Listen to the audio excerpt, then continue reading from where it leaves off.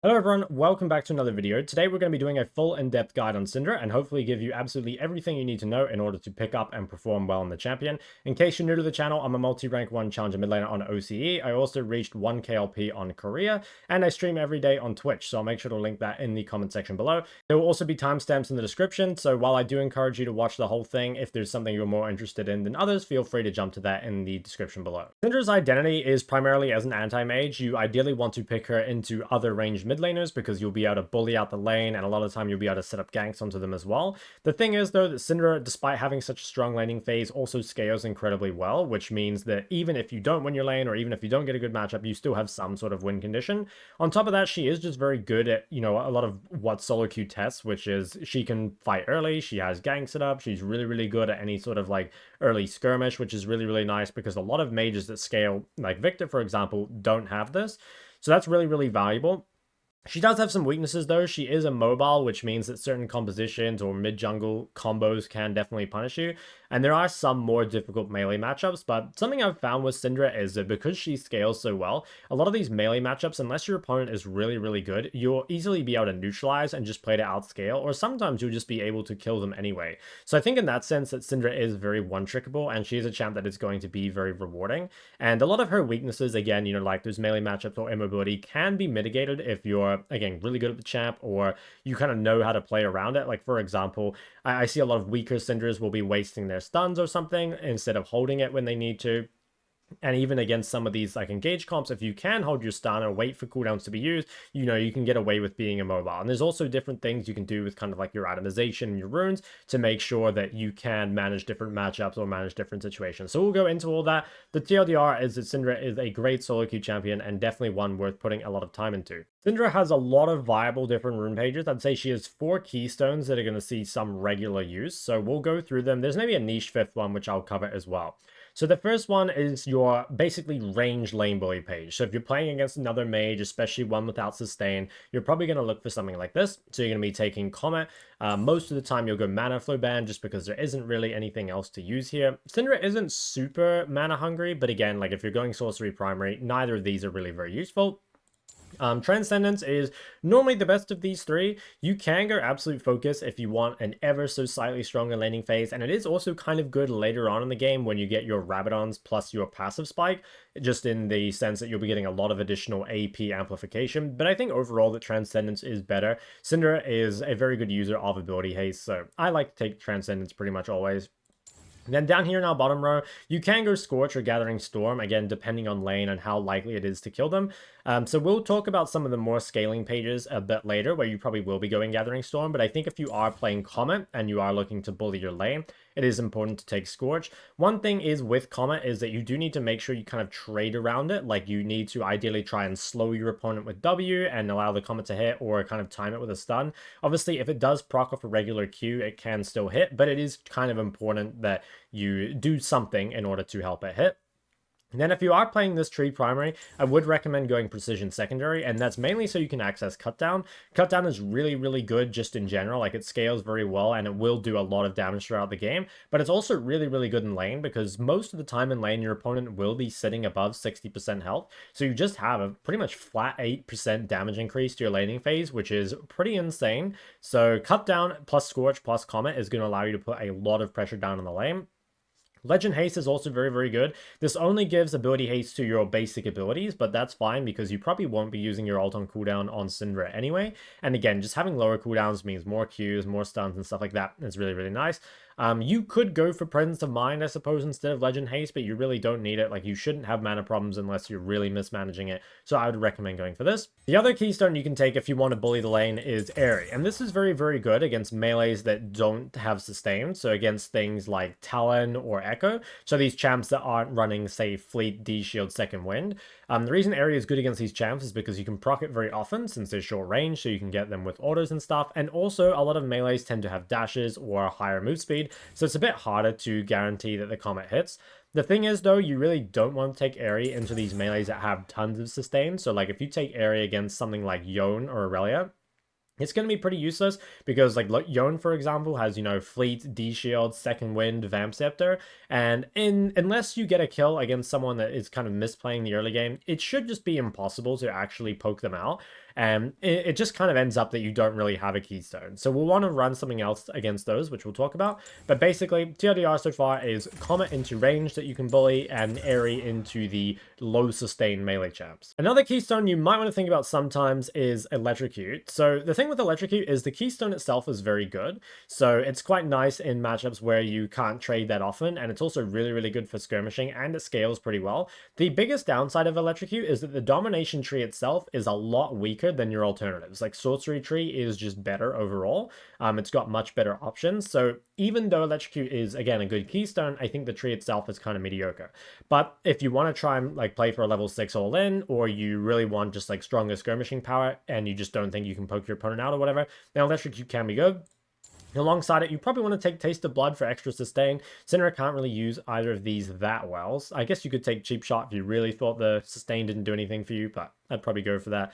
Eyeball is kind of good. You know, all of these, I think Eyeball is the easiest to stack, but all of these are kind of nice in the sense that, again, you get extra AP, which gets amped later on in the game. The thing is, it does take a while to stack up, so it's not going to be that useful for a while, but it is kind of good scaling. And then down here, personally, I would recommend taking Ultimate Hunter. You could go for one of these if you want. I think all three are kind of not great options for Syndra, and I think this is kind of just the best of the three. I suppose it does somewhat synergize that if you are wanting to play for skirmishes with Electrocute, then having your ulti up more often is probably useful. So I'd probably go for that. And then with this page, what do you want to go secondary? So I would recommend going for this. Again, I think Legend Haste and Cut Down is a super OP combo. That being said, if you want, more mana sustain, maybe you'd want to go for something like this. But I think overall, it's like not really playing towards what you want. Like if we want these strong skirmishes and we do want to snowball, I think we do kind of need to play something like this. But you could, I guess, mix and match a little bit. For me, though, I would recommend taking Precision second. The first strike page is the absolute max scaling page, and this is really, really good to play into champs that you can't really poke out early because they have too much sustain or they're just, too tanky for whatever reason. So with this page, you will want to go for first strike. Here, you can go for either magical footwear or cashback. I think that in matchups where the movement speed doesn't really matter early, it's better to go magical footwear. But if you were playing against something that was, kind of hard to poke out, but you really still felt like you needed boots early to dodge skill shots, then you might want to go cashback. But I think magical boots is really, really good if you can get away with them. Triple Tonic is amazing on Syndra because at level 9, the Elixir of Skill gives you an extra skill point and a basic ability, which actually gives you 5 more splinters, which can be kind of useful for helping get your upgrades a little bit earlier, and especially later on when you're trying to get to like 100 stacks or 120 stacks, having an extra 5 is really, really nice. So definitely go for Triple Tonic. Then down here you can either go for Jack of all trades or Cosmic Insight. So Cosmic Insight can be quite valuable if you really need your flash to be up that game, if they have, I don't know, a lot of threat into you or something. But at the same time, Jack of all trades is a lot of free stats. Even if you don't actually end up capping it all the way, you're still getting a lot of additional ability haste as well as like some adaptive force. So it's, down here, you can kind of go for whatever you want out of these two. I think if you're not sure, Jack of all trades is probably more consistent, but, having flash cooldown could be nice. And then I think with this page, you have two choices. You can either go for Transcendence Gathering, or again, we can go for Legend Haste Cut Down. I think with this page, because you're playing full scaling, it's probably better to take these. But I honestly think it's like fairly close, so you could probably choose whichever ones you prefer. Finally, I'll talk about these shards. So especially if you're playing a scaling page like this, you do want to go ability haste, I'd say. Again, just like fully commit to the scaling. If you're in a matchup that is, again, more contested, so we're playing like one of our Comet pages, you probably want to take attack speed against mages or against other range champs because the wave is likely to be contested. So having more orders on the wave allows you to get prior a bit easier. It allows you to CS a bit easier and everything like that. You can greed and go double AP into champs that can't really contest the wave against you. So, melees that are too easy to beat anyway, or maybe mages that are just weak in lane and you can punish them all the time. The thing is, I think a lot of the time that just isn't worth it. And what I've noticed is that, like, most of the time you just get more CS and, like, more control with attack speed anyway. That for me, I never really go for this. It really is just a choice of like, do I want ability haste for the max scaling or do I want attack speed? And I think if you're not sure, attack speed's a good default, but you might find it easier just to play ability haste and play to outscale. So those are all the runes. So again, kind of TLDR is combat versus ranged, airy versus melee. You can go electrocute for early skirmishes if you want, and you can go first strike for scaling. There is one other page which I'll quickly cover, which is a phase rush scaling page. So if you're in a game where you think you can get really hard punished and get run down, you can run some sort of like phase rush scaling page like this. The thing is, the reason this isn't really run is because, like, if you want scaling, you're better off going first strike. And if you want early game, then you're giving up so much power by going for this that it's not really worth it. So I haven't run this in a while. The only real matchup I could think I'd maybe do it in would be something like Aurelia, where the slow resistance could be quite nice to get out of her ulti, but I think even then I might greed and just go for first strike. So I don't know, it's something you could experiment with, but to me it's kind of a dead rune right now, and I would consider one of the other ones. Moving on now to items. So Syndra itemization is pretty similar to most other mages, and if you've watched my AP itemization guide, most of this will be familiar to you, but we'll go through it anyway. So if you're starting items, I think you should basically always start D-ring 2 pots. I don't really think there's ever a situation to start anything else. The only thing ever really would be tier, but I still don't really think it's worth it. Now, for your early buys, this is where it kind of starts to get interesting. So if you can, the ideal first base is if you can just pick up a straight chapter. But to be honest, most of the time that is pretty unrealistic. Like 1200 gold is a lot of gold to get. And also if you buy a chapter and don't have any sustain from, you know, your refillable or whatever, it can be kind of annoying sometimes. So generally instead, your first base, you're going to want to make sure that you pick up a chapter component, so either Amtome or Sapphire, and then just some other kind of components in general. And the reason you want to do that is because you want to make sure that if you don't get chapter first base, that you can definitely get it on your second base. So again, you can go home and you can buy, say, Amtome Refillable, you can buy Amtome Dark Seal, Sapphire, Dark Seal, you know, any combination, as long as you're getting at least one chapter component to make sure you get it on your next base. Now for the components themselves, refillable is one of the best items that you can buy in the early game. So it gives a ton of health for very little gold, and you can also sell it again later. So this is really, really useful for any matchup where you're going to be trading damage back and forth, or even against some of the all-in assassins, just to make sure you're high on HP at all times. So one of the most slept on items in the early game, definitely something you should look at. Dark Seal is probably the best AP item in the game. So it's gold efficient on 0 stacks, and it's super gold efficient if you get it stacked up. Because Syndra's a mage, you can very easily get stacked with all your AoE in a team fight, and unless you're dying a whole lot, you're not likely to lose them. So you should generally find a time to fit in a Dark Seal at any point during the game. It can be before chapter, it can be after. You generally don't want to like enter your buy for it though. You know, for example, if you had the choice between a chapter or a Dark Seal, you would buy chapter, right? But at some point in the game, you do want to be buying a Dark Seal. The earlier the better, but again, try not to like, you don't want to say first base buy Dark Seal refill and then not be able to get your chapter next base because you don't have 1200 gold. So just keep that in mind. Tier 1 boots are pretty good as well. So tier 1 boots are very, very good in, well, basically any matchup, but especially skill shot heavy matchups. If you're against some other mage with abilities you need to dodge, it's really valuable. And the move speed can also be kind of nice for kiting out melee champs. It can be useful for just rotating around the map and stuff. So you can't really ever go wrong with tier 1 boots. It's definitely something to think about. Now, you can also rush for tier 2 boots. This is more possible on Syndra because she doesn't have like a ton of mana cost, so you can go tier 2 boots and still, you know, have a decent amount of mana. The Sorc shoes are really, really good for just an insane spike, right? Like in terms of just raw damage, Sorcs are probably the best thing you can buy, plus the move speed, again, very, very useful in skill shot heavy matchups, such as like a Xerath or an Orianna or something like that. The thing is, and I'll talk about it a bit later, flat magic pen does get countered by magic resist, so if you're in a game where you're expecting the enemy team to build a lot of MR, it's probably not the buy, and you might instead want to just sit on tier 1 boots and complete your first item. Another boot you can consider early is Merc Treads. Generally, I try not to rush these, but there might be some matchups where you feel like you just need them. So the thing with Merc Treads is they're not really worth buying if you only want the MR, because you don't actually get any more MR for upgrading it. So if you only need the MR, you can just buy a Null Magic and sit on that. It's valuable when you need the Tenacity as well. So matchups off the top of my head where you might want it is stuff like the Syndra or Zoe. The thing is that Merc Treads are a neutralizer, so like if you're winning, you might want to try delay the Mercs and just build more aggressively and build them, you know, build the Mercs later. But if you're losing, then it's a really good idea to buy Mercs, again, to help avoid those. Lastly, we have tier. So there are some builds, which I'll talk about a bit later, where you can go tier on Syndra. Personally, I don't like tier that much early game, and there's a couple reasons. The first is that you kind of have to choose between tier or Dark Seal early. So for example, you know, if you base with not enough gold for a chapter, you could go, say, you could go tier plus amp tone, right? And that would make sure you get your chapter next base, but it's a little annoying to delay your dark seal. Again, it's not the end of the world. You can buy it later. But personally, I don't like doing that. So alternatively, we could go tier Dark Seal, but then there's a high chance we don't get chapter on the next base. And if you don't get chapter early, then you're never really getting value out of the level up passive. So I don't like tier for that reason. That being said, you still can do it. And if you are doing that, you probably want, again, something like tier Amtone first base, or even just tier refillable and chapter next base, if you can make sure you get enough gold for that. But I'll talk about tier builds a little bit later.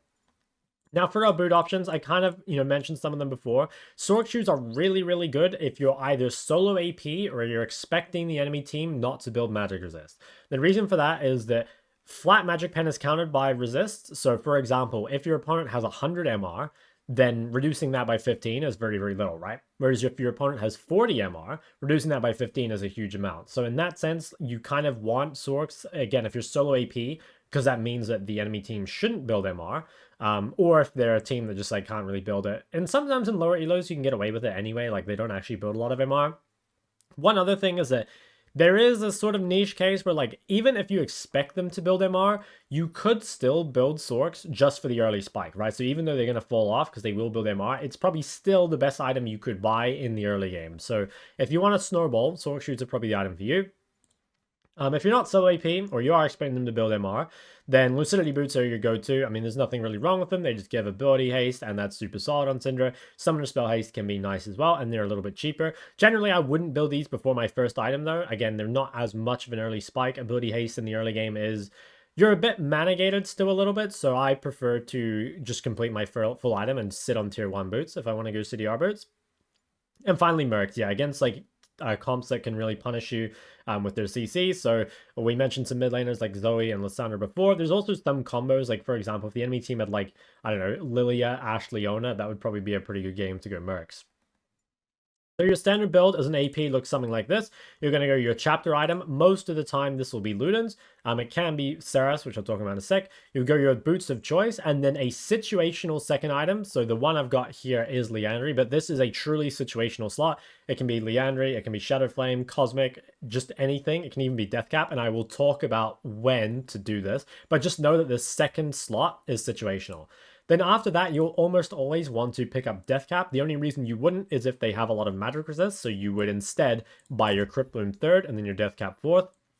But normally, especially because Syndra has AP Amp in her kit with her passive, you probably want to just go Deathcap third, and then you normally, by this point, will need Crypt Bloom fourth, just because they will have MR. If you get to this point and they still don't, then this can be another situational item. So you can, again, depending on what you need, grab another one from there and just either replace the Crypt Bloom completely or delay it an additional item if you think they're going to build MR in future. So the first thing we'll talk about for our situational item is tier. So when would you build Seraphs over Ludens? The main reason would be if you think you're going to take a lot of damage in team fights. So Seraphs is mainly used for the shield, and that's quite useful for, again, if you think you're going to get dived on in team fights and you're going to have trouble surviving. It's also kind of useful if you think your side lane matchup is going to be quite difficult and maybe the shield makes a difference between winning the 1v1 or not.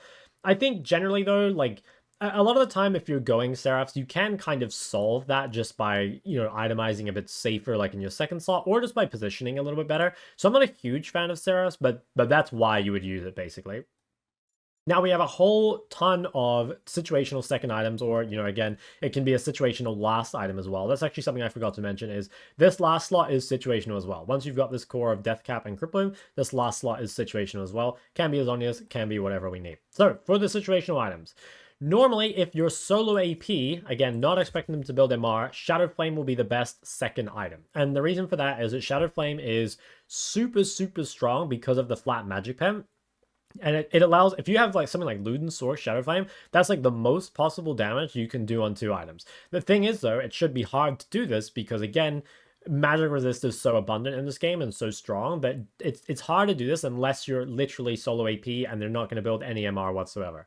Now, I do see some people ask me about, is Shadow Flame bad on Syndra because the execute passive and on your ulti and Shadow Flame kind of don't work that well together, it's kind of wasted. But the thing is, you're still going to do plenty of damage with your other abilities, and also sometimes in team fights you will be still ulting a target not to execute them, literally just to stun off them. So I think Shadow Flame is still a fine second item on Syndra, especially if you're solo AP.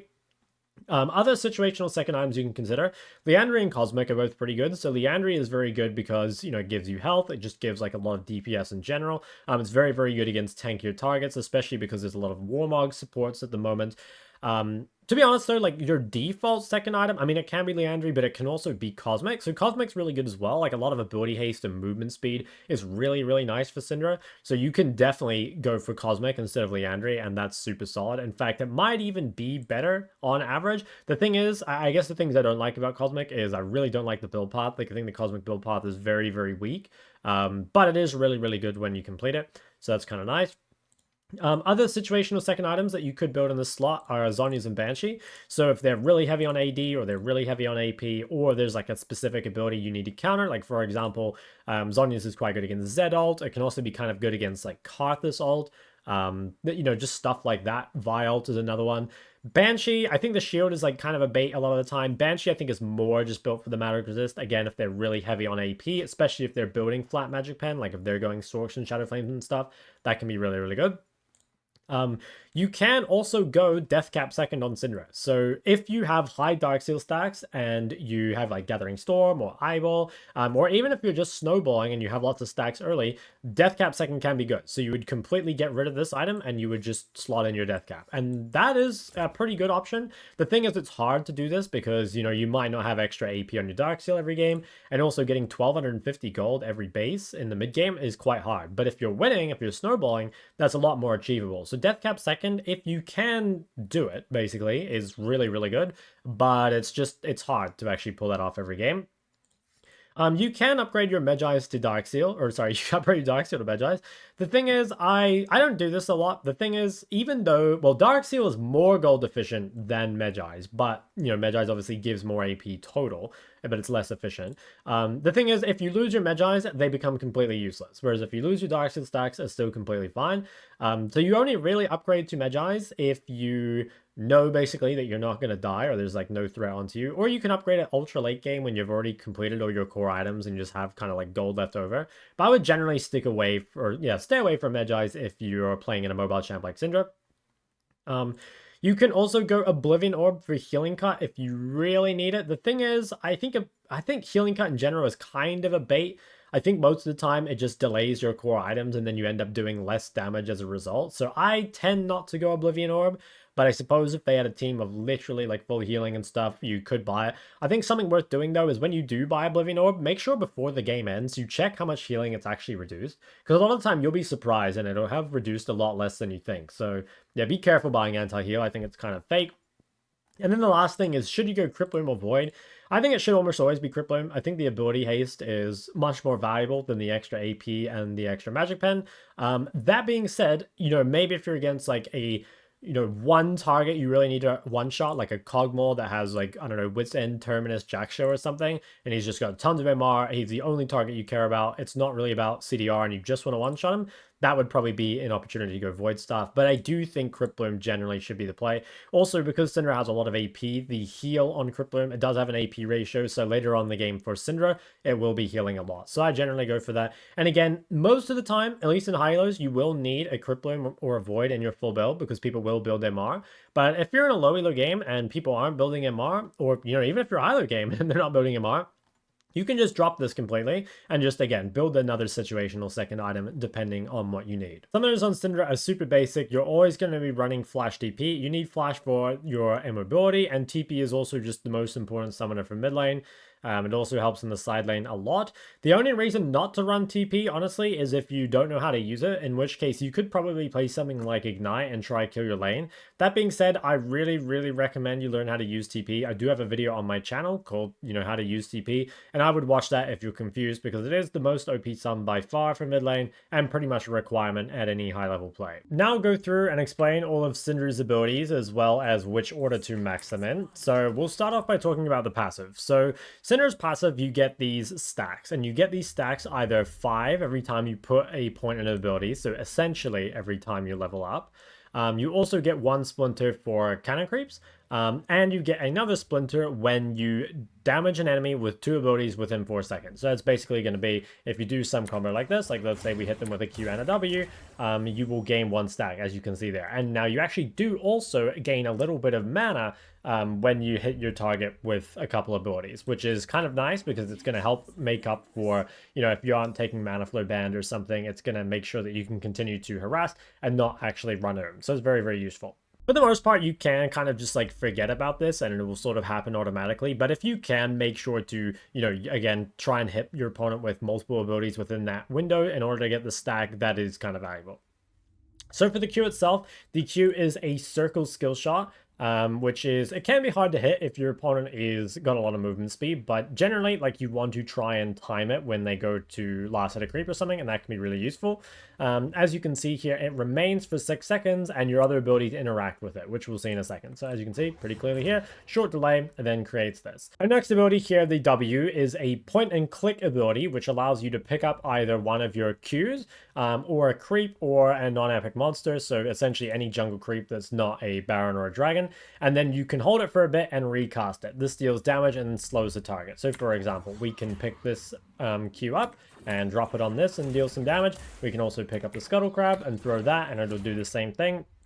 This does work on buffs and stuff as well, which can be kind of useful, but yeah, it doesn't work on Dragon and Baron. Your E is a cone skill shot like this that knocks targets back, and it also interacts with your Q. So what you can do is you can just E and knock back your opponent like this. As you can see, it will push them back, but there's no real other effect, although it does do damage. You can also push back balls, and the thing is, if your ball connects with someone, it will actually stun them. So there's a couple ways you can do this. The basic combo is to just QE, and you will see that it actually stuns the target. But alternatively, you can already have the Q on the ground and then just stun off of it. So for example, you could do this, and again, it stuns them at the other end. So that can be kind of useful, and this is probably your most important ability in the sense that, like, if you waste it, you become very vulnerable, and it's going to start off a lot of, like, your kill or all-in combos or even your heavy trade combos. It's got a long cooldown as well, so very, very important to be very cautious, I guess, or at least cognizant of the way that you're using your E. Now, your ult, the way this works is that it's point and click and it deals damage based on how many orbs you have nearby. So for example, if we just ult this target, you can see it throws the 3 orbs and it does 3 instances of damage. Now we can make this more, for example, if we have a ball on the ground to begin with. As you can see now, it will actually throw 4. And I will talk about in the combo section, there's ways to get this higher. Like, for example, obviously, if you have 2 charges on Q, you can have 2 on the ground, and now we'll have 5. You can also extend this. We can extend the duration of this with W and stuff, but I'll talk about that more when I get to the combo section. Now I'll quickly go through and talk about what the upgraded abilities do. So as you can see, when we get to 40 splinters here, you get 2 charges of Dark Sphere. Let me just turn this off so you guys can see it a bit easier. So as you can see, the second, the charges have to regen, but you can stack up to 2 essentially, and then you can use them kind of back to back. They're not instant, right? Like there is a small delay before you can use another one, but it does allow you to cast 2 fairly quickly. The W, when it's upgraded, doesn't really need any explanation. It just deals additional true damage, which is quite nice. Would never say no to that. Let me just level all the way up here. So yeah, that's pretty good. And then your E is probably the one with the biggest change when it gets upgraded. So the width is increased. As you can see, it's much larger here, which allows you to get bigger stun, and it slows enemies for 1.25 seconds. So what that means is even if you don't hit them with the ball, it's still going to slow them, which is going to be very valuable. That's that little effect that you can see on them there. But also it means that if you stun someone, they're going to be CC'd for a very long time, because not only are they going to be stunned, but they're also going to be slowed afterwards, which is really, really valuable. That's super nice. And I can't show this very well in Praxis Tool, but the ult, it just executes targets below 15% HP. So basically, just if you press R on someone, especially this works well on, like, if you've got a tank that's on low health and you can't quite kill them with your other abilities, if you can just get them low enough, the ability will just finish them off, which is kind of nice. Finally, when you do actually get to 120 stacks, you increase your ability power by 15%, which is really, really useful because it stacks additively with Death Cap, which means you're getting a 50% AP increase with Death Cap, which is pretty insane. And you're going to end up with a lot of AP, and that also makes having Death Cap either earlier or just in your build altogether more valuable on Syndra. Very last thing I'll quickly mention is which order to kind of max your ability. So you always start with Q. Whether you go W or E, level 2 is kind of up to you. A QE trade is generally stronger, but it's a bit harder to hit, whereas going for something like a WQ trade is like a little bit easier. Generally though, like you either go QEW or you'll go QWE. Obviously you point alt at level 6, and then as for which order to max, you max Q first, then W, and then E. Syndra's combos and mechanics are actually a little harder than people realize, and almost every single time that I coach a Syndra, I end up having to point a bunch of stuff out. So I'll kind of go through starting from the very beginning and explain everything for you. So first up is like, what do you want to do in lane, basically? Obviously, the basic one is whenever your opponent comes up to the last hit of creep, that's a really good time to hit them with a Q. Right, pretty simple, makes sense. Once you get to level 2, you need to decide if you want to skill W or E, and that's going to change your trade. So obviously you can still look to poke your opponent with Q every time they come up for a CS, but if you can, let's say you skill E, you would want to go for like a QE trade, especially if you have Comet, because it's going to guarantee that. Now, you might want to play instead for a WQ trade. So, for example, let's imagine that this Scuttle Crab here is a creep, and we want to harass our opponent. What we could do is W them first for the slow, and then we can guarantee a Q more easily. It's better as well if you can throw the W quickly. So there I held it, but if you can quickly pick up a creep and just throw it at them, and then immediately Q after, that's a lot more guaranteed. So you can use your W to give yourself a higher chance. Now, once you get level 3 and you have all 3 abilities, again, we have a couple different trades we can do. So if your opponent is coming up for CS or they're locked in animation or whatever, you can go for a trade like this. You can go for some sort of QE and then W order, right? That works completely fine. It might be better, though, to again pick up a creep, get the slow, and then go for a QE order. You can do it that way as well. So it kind of just depends. I think in general, it's almost always safer to start with a W because it's very hard to miss and it slows, which is going to allow you to hit the rest of your combo. But, you know, depending on just what you have available, like maybe there are no creeps or maybe your W's on cooldown or whatever, like it's completely fine to trade with QE or WQ, and then you're trying to just kind of guarantee any additional abilities or auto attacks or whatever that you can weave in. Now, once you hit level 6, there's a few more things you have available to you. So you obviously still have your basic combos like before, but you're maybe thinking about looking for an alt all-in. So there's a few ways you can do this. Obviously, you can do one of the trades that you're going to do before. You can do something like a QE into a W. If you do have 2 charges on your Q, you can then weave in an additional Q, and then you would want to ult your target with all the balls you have on the ground, and that would kind of be your all-in. Now, sometimes, though, you won't be able to hit them from that far away. So, like, for example, you might not be able to go for a QE directly on them, but you might instead be able to QE like this and then pick up this ball and get the W slow, and then again, another Q into ulti or something like that. A lot of the time at 6, though, you want to actually just Q onto the back line and then look for a stun off of it. So, for example, let's say that this is a creep here and your opponent is laning back here. What you can do is you can drop a ball on the creeps like this, and then you can just kind of like pivot around it and then stun off of it, pick this up, and then go for a kill like this. That works completely fine. Or alternatively, you know, sometimes, especially as you get 2 charges in Q, we can look to drop 2 Qs. So for example, we might do something like this, where we drop 2 Qs, and this is going to be much harder to dodge, and then we stun off them, and again, we pick it up with W, drop any additional Qs we can, and then ulti. So basically, we're just trying to find a way to guarantee the stun onto the opponent and then follow up with any additional damage we can. Now, some little mechanic that you have seen me doing in there is picking up the ball with my W, and there's a reason to do that. So as you see, right, obviously the more balls you have on the ground, the bigger your ultimate is going to be. Now, balls only have like a limited duration, right? So as you can see, when it's about to expire, it begins to shake like this. So what happens is that if you pick that up with your W, it's actually it won't expire while it's still in your hand. So like, let's say when it's almost gone, if we pick this up, we can still hold it for a very long time. Now, it is going to disappear rather quickly when we put it back down on the ground, but it still allows you to get that extra ball in your ulti. So something you can do, for example, is, you know, let's say that we were putting, again, these balls on the ground or whatever. So let's do it like this. We can then stun, right, like this, pick up the oldest ball, get in an additional Q, and suddenly we're getting many more balls in our ulti. Like that was the 6-ball ultimate. And you can get more if you have more CDR. So that's some really like kind of critical, I guess, mechanic is making sure that you're picking up the oldest sphere in order to ensure that there's additional damage in your ulti, I guess. So those are mostly going to be how you pick up your kills in lane, but there's a couple other ways to use your stun in team fights that is going to be kind of important. And the first one is going for WQ stun. So one of the big mistakes I see Syndra players make is always going for the single ball stun, something like this. But there's a couple things you can do. So as you get later in the game and you get more CDR, you can start placing your balls before fights start, almost like Caitlyn traps. So for example, you could be holding a choke, like maybe we're holding this or something. You place a couple balls down, and this allows you a bigger ultimate or just a more difficult stun to dodge, basically, because there's more balls on the ground. Another thing you can do is you can actually pick one of these balls up and go for, again, a WQ stun. So rather than going for, again, the regular QE like this, we can, for example, pick one of these up, and then maybe when we're trying to stun our target, we can do something like this. And then it's much more difficult to dodge because we have 2 balls going out at once. So try and avoid, if you can, going for the regular stun. Now, obviously, if they're like max range, you probably have to do it like this. But yeah, that's something you can think about.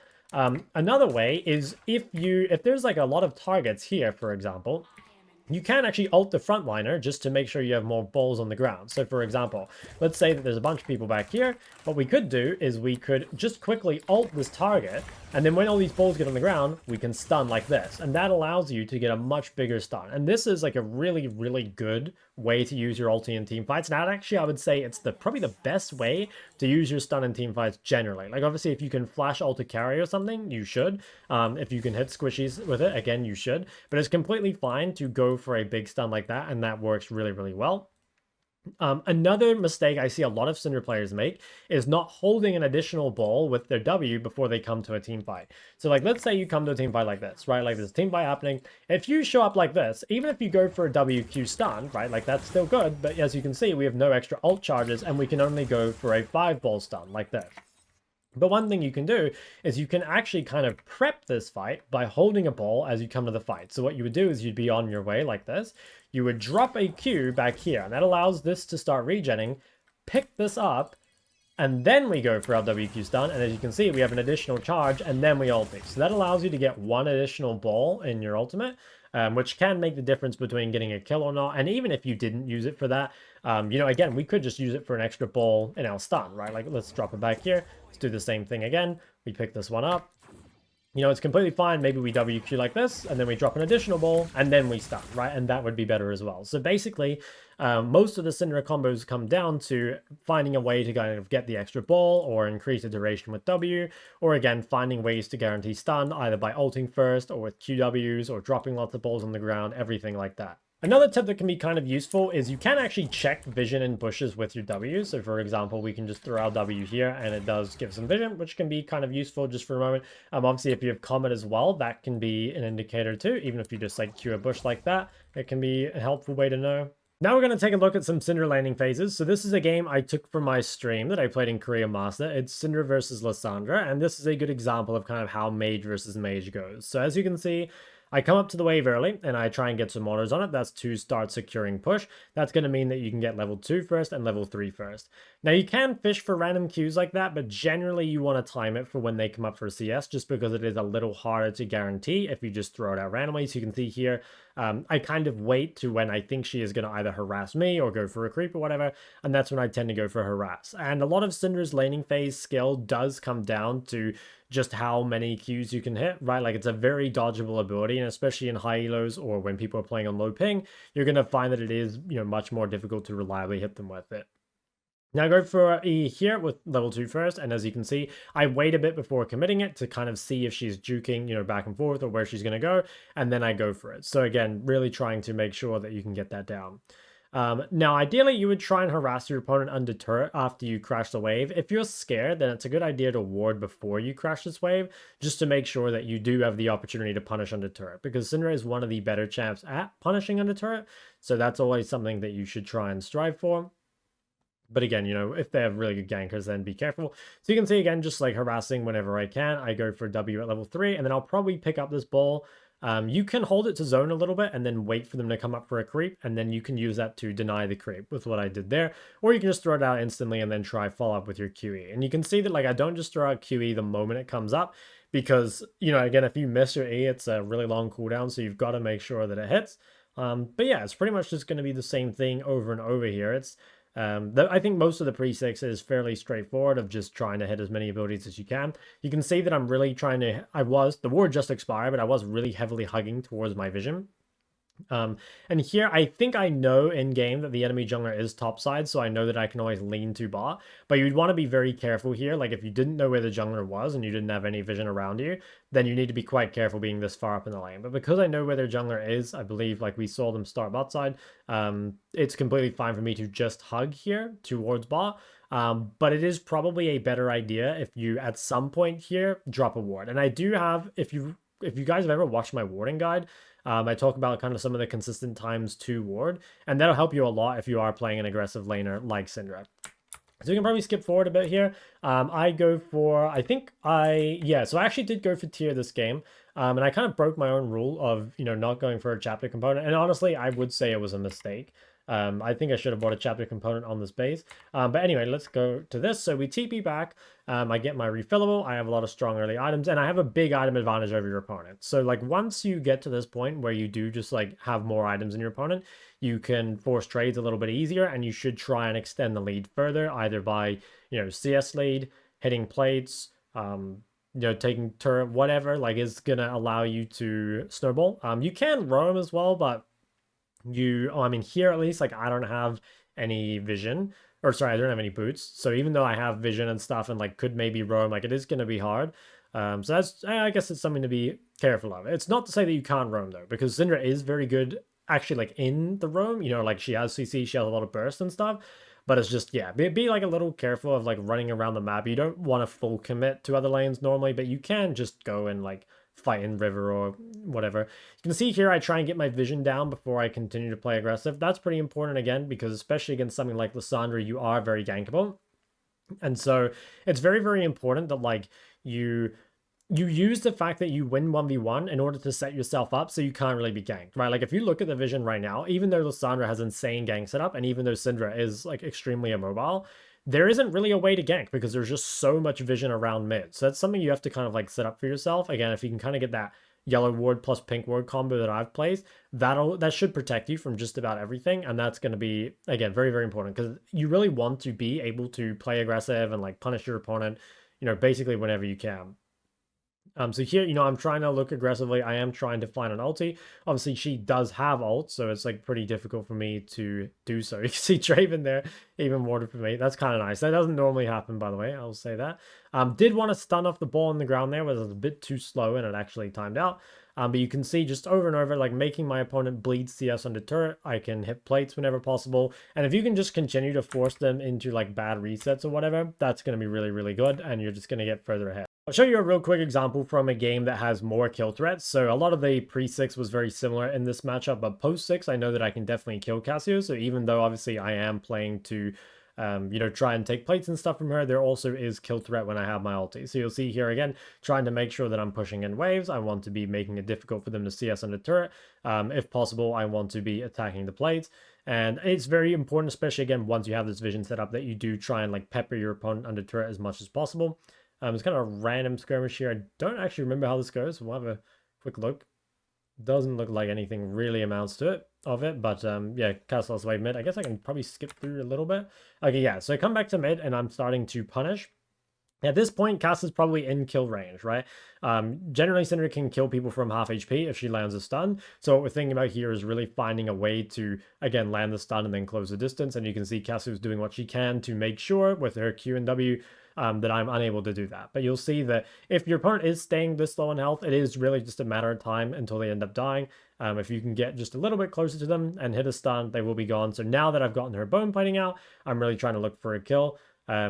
And the thing is, like, even if they base here, they're still going to lose out, right? Because they're going to lose the cannon wave, they're going to lose some plates and stuff like that.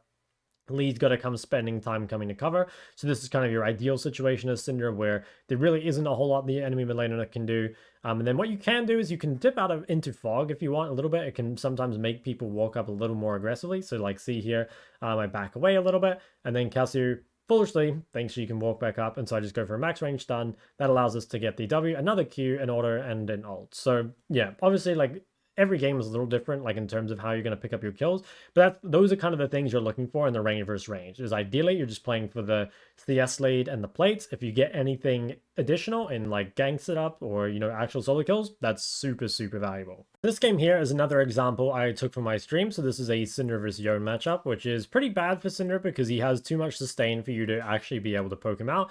Also, he has a lot of inbuilt movement speed, which makes life really difficult for you. So this is definitely one of Syndra's harder matchups, especially if your opponent knows how to abuse like the fleet movement speed and stuff like that. So in these sorts of matchups, you really are just playing to farm as much as possible and, again, hold your E defensively, try not to give them windows to punish you. Now, typically in these matchups, you would want to get pushed early and then have the wave bounce back to you. The problem is if your opponent is willing to trade HP for push, a lot of the time they will be able to, again, just because you don't have enough damage to get through them. I like to run the first strike scaling page in this matchup, in these sorts of matchups, just because there isn't really any kill threat. So against, the Yasuo and Yone and stuff like that. Now, the one downside to running that page is it does, obviously, even though you can't kill your opponent with the stronger early game rune pages, there is something to be said that you might be able to, like, chunk them out or keep them a bit lower, and that might mean that they're more gankable. Like, again, even if there's no kill there individually, it could actually limit their options. And you're going to see the one downside to running that scaling page is something like this. So Yone did manage to get prior, again, because my setup is a little bit weaker, right? Like I have gone for the full scaling page, and that actually means that Yone has been able to come in and get a kill. So this is kind of like worst case scenario. Now, I will say that I don't think this happens that often. Like, again, this is kind of the worst case scenario. But I don't think like trying to avoid this scenario is like super realistic. Like, you could take early game runes to make sure that that just like never happens. But I honestly think that in these sorts of matchups, that doesn't happen often enough to justify. And I do normally think that like having the scaling is probably going to be better. So like I said, this is kind of like worst case scenario, which actually makes it a fairly good VOD to learn from. You want to be a little careful using your E like I did right there. The main reason I used it is because his E is going to be down probably until my E is up again. So basically, like, I wouldn't have used E aggressively if he still had E available. But because I know by the time he has E, I will have E as well, it's actually fine to commit it aggressively. And also because the wave is, like, in this spot, that's another reason, right? Like, if the wave is on your side, it's not too bad to use your E because he won't be able to punish it. Whereas, like, if you use your E far up in the lane, it can be a really big problem. Now, you might wonder why I don't push this wave. The problem is it's going to take me too long to push this wave, and then I'm just going to come back to a frozen wave, which is going to be kind of annoying. So that's why I instead chose to just recall. I did actually save TP here as well. You could TP to lane if you wanted to, but I would say it's kind of bad because, you're going to get most of this creep wave anyway, and this allows you to then base on like a chapter or something later on. It's pretty annoying as well if your opponent can get tier 2 boots on their first base. Like, that is definitely, they're pretty happy with that, especially if you're, on components or you don't have your chapter yet or whatever. So again, at this stage of the game, we're mainly looking to hold out E defensively. When our opponent E's forward, we'll look to punish. And it's the same with if you play against Yasuo or you play against maybe Akshan or something, although against Akshan you should have like early game runes. But there's just like these matchups where if your opponent does have a way to dash forward, generally you want to just like harass with your other abilities and save your stun defensively. So if we skip forward a little bit here, maybe to like the post 6 or something, you can see here, I kind of messed up my itemization this game by not having a chapter, right? Like, you're going to see that I'm going to have my chapter very late. But let's kind of skim. Yeah, so at this point, against a lot of melees, you need to be very careful because they have the ability to run you down the lane. And they will try and bait out your abilities like I did there, although, ultimately, like, if you don't end up taking damage, it's not too bad, as long as you respect the fact that your E is down. Like, if you walked up aggressively here without your E, that would probably be a pretty big mistake. At the same time, if you can just let this wave kind of come to you, if you can keep it somewhat on the middle, that'll be fine. Playing for skirmishes with your jungler is a good idea as well. Most of these champs that do tend to counter you in the 1v1 actually do kind of have a rough time in skirmishes against like your jungler or whatever. So like this little play here, for example, is really, really good for us. Even if we don't get the kill, I can't remember if we did. No, we didn't get the kill, but he, is forced out and now he's really low. And that allows you just to continue scaling. So all this sort of stuff is like really, really good for you. Like, yeah, again, like kind of random things that happen. So there isn't really too much more to say. Again, it is mostly, I guess, to kind of sum it all up, most of like playing these matchups is about just like playing for as much CS as possible, keeping the wave kind of permanently in this spot where it is now, where it's like they don't quite have the room to run you down, and also making sure that you use your stun somewhat intelligently to not end up getting chunked out. So yeah, that's pretty much it for the difficult range versus melee matchups. The Syndra team fighting is quite similar to a lot of other mages. Typically, you want to make sure you're playing behind your teammates, that you're hitting high value targets and stuff like that, but ultimately you might just have to hit whoever's in front of you as a mage. So let's see this team fight, because it's a really good example. So be very careful using your stun like this, right? Because if you end up, as you can see here, ahead of your teammates with no stun, you're in a very vulnerable position. So in this one, immediately, I had to flash away, and that's because I was positioned a little too far up. At this point, though, it's quite good, right? I'm able to play over wall, I'm behind my brawl, I'm away from the enemy threats. This is like pretty good team fighting. Like, you're pretty happy at this point. Now things kind of become a little more awkward, right? Because it's not clear which way to go. If I follow Varus, I get access to higher value targets like Ziggs, but we don't have our tanks in front of us. So that's something to be very careful of. And I actually think that stun that I used there was probably a mistake as well. So there's a lot going on all at once in a Syndra team fight, just because like you have such low cooldowns and there are a lot to think about. And obviously, like, you don't need to be perfect, right? But the better you play a team fight, like the higher chance you are gonna win these games.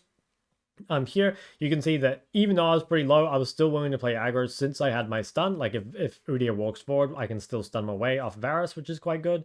And unfortunately, I did get hit by a Ziggs Q in there, which, you know, ended up me dying. But you can kind of see, right? Like if you follow the fundamentals, even though the fight looks very chaotic, you can kind of distill it down to some of the more consistent things, right? Like basically all that you're thinking about constantly is like you're thinking about threats, and you're thinking about targets. So specific threats, again, it could be things like Lee Sin Kick, or it could be Blitzcrank Hook, or whatever. And then you want to be thinking, okay, like who are my most valuable targets? Like if I can hit Ziggs, you know, I want to do that. If I can hit their AD carry, I want to do that. If I can hit no one, then I probably want to just like hit their tanks, right? Like you don't want to just be sitting there doing nothing. But if you can find value onto their backline or whatever, that's definitely going to be more valuable. Now, sometimes you might get a fight that happens a bit more randomly. So let's watch this one as an example. So we still want to follow those same fundamentals of trying to keep our team in front of us and stuff like that. And of course, thinking about the combos that we talked about earlier. But you see here that I decided to ult a frontliner, even though you wouldn't normally, just because it's going to allow me to access the backline with the stun. And also just because I had no one else really to use on it. Now, I don't chase there because I had no one in front of me, right? I didn't want to chase into the Ziggs mines. And instead, I go and regroup with my team.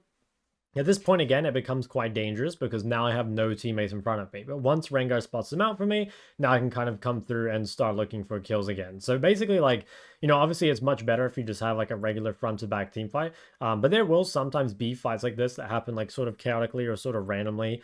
You can still play those out by following those same fundamentals, right? Like try and make sure you keep people in front of you. Try to be aware of like what the biggest threats are in terms of abilities and stuff like that. Obviously, if you can hit high value targets, you should.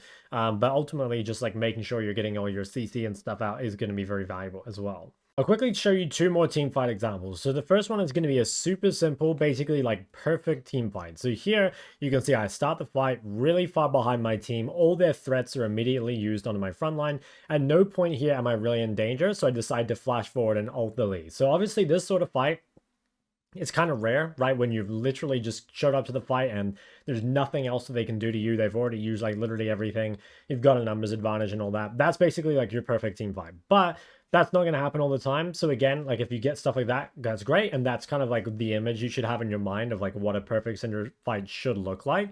But of course, be willing to adapt to the other fights. And I'll show you one from later in this game. So this one's an example of a fight with a less than ideal start. So this time I have no ulti, at least at the beginning of this fight.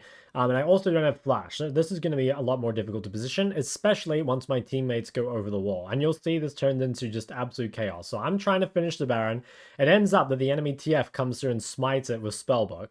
And at this point, okay, like we're pretty low. We don't really have any cooldowns left, so we want to make sure we kind of wave. To be honest, walking forward like I did here was pretty greedy. I did have Leona in front of me, but I took so much AoE damage that it was pretty sketchy to go for anyway. But I think the way I played it at the back end of this is quite good. So you can kind of see how I was like moving back and forth to kind of like entice them forward, but I always made sure that there were a few people in front of me.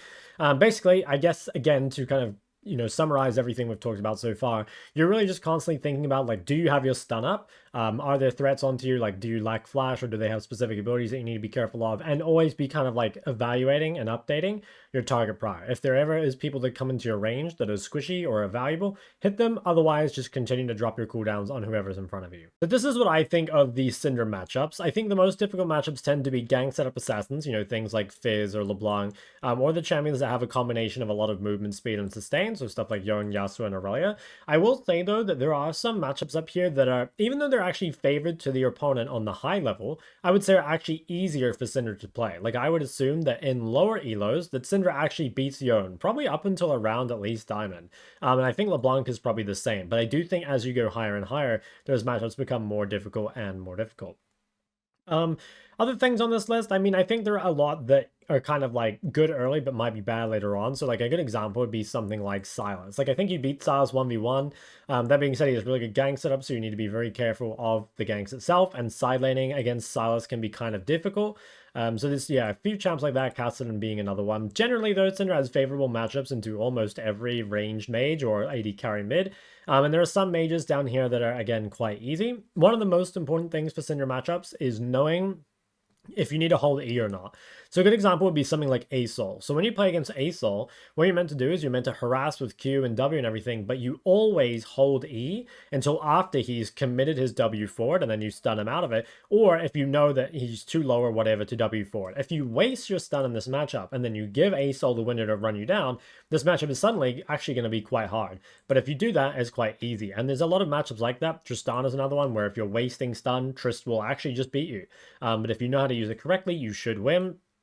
Akshan's another good example of this. Even Cassier will probably run you down if you waste your stun.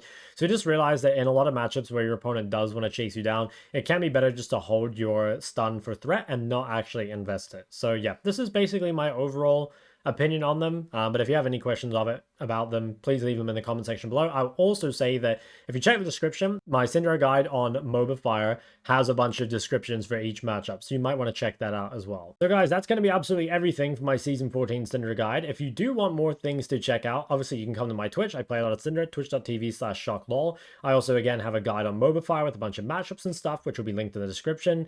Otherwise, you might want to check out some of the Syndra gameplay videos that I already have on my channel, or even my Shok 2 channel, which has some additional VODs. And I guess on top of all that, my Shok coaching channel has some Syndra VODs from a while ago as well. So there's a lot of additional content if you do want it. Again, thank you so much for watching. If you have anything else at all, either put it in the comment section below or come join the Discord.